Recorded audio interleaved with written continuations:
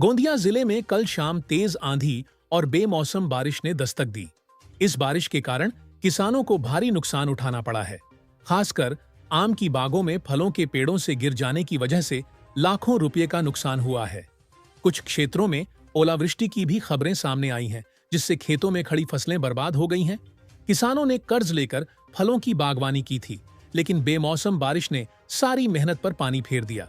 आम के फल जमीन पर गिर चुके हैं और मंडी तक पहुंचने से पहले ही खराब हो गए हैं, जिससे किसान बेहद परेशान हैं। आज सुबह से भी जिले में आसमान बादलों से ढका है और कुछ इलाकों में रुक रुक कर बारिश जारी है। मौसम विभाग ने आने वाले 2 दिनों तक मौसम अस्थिर रहने की चेतावनी दी है।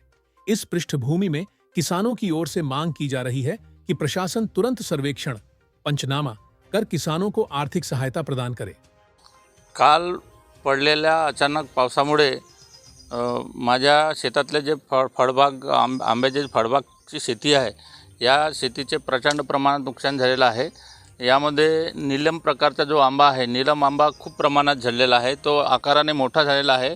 एक ते 1.5 किलोचा होतो, 1 ते 1.25 किलोपर्यंत आंबा होतो, परंतु तो अर्धा पाऊण किलोचा आंबा झालेला आहे। त्याच्या वजनामुळे की काय माहीत नाही, पण जो जोराचा सोसाट्याचा वारा सुटला होता, त्या वाऱ्यामुळे आणि गारयुक्त पाणी पडल्यामुळे खूप प्रमाणात नुकसान झालेलं आहे। फळगळती झालेली आहे। आपण पाहू शकता, हे खूप प्रमाणात फळ गळलेलं आहे। एकच नाही तर असे बहुत सारे आंब्याचे झाड आहेत, त्या झाडाखाली असे तुम्हाला खूप प्रमाणात फळ गळलेला दिसेल।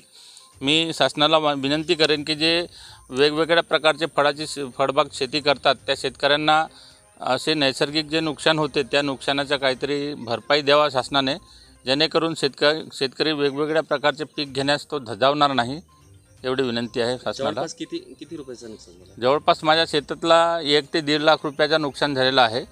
1 ते 1.5 लाख रुपयापर्यंतचे आंबे खूप झडलेले आहेत।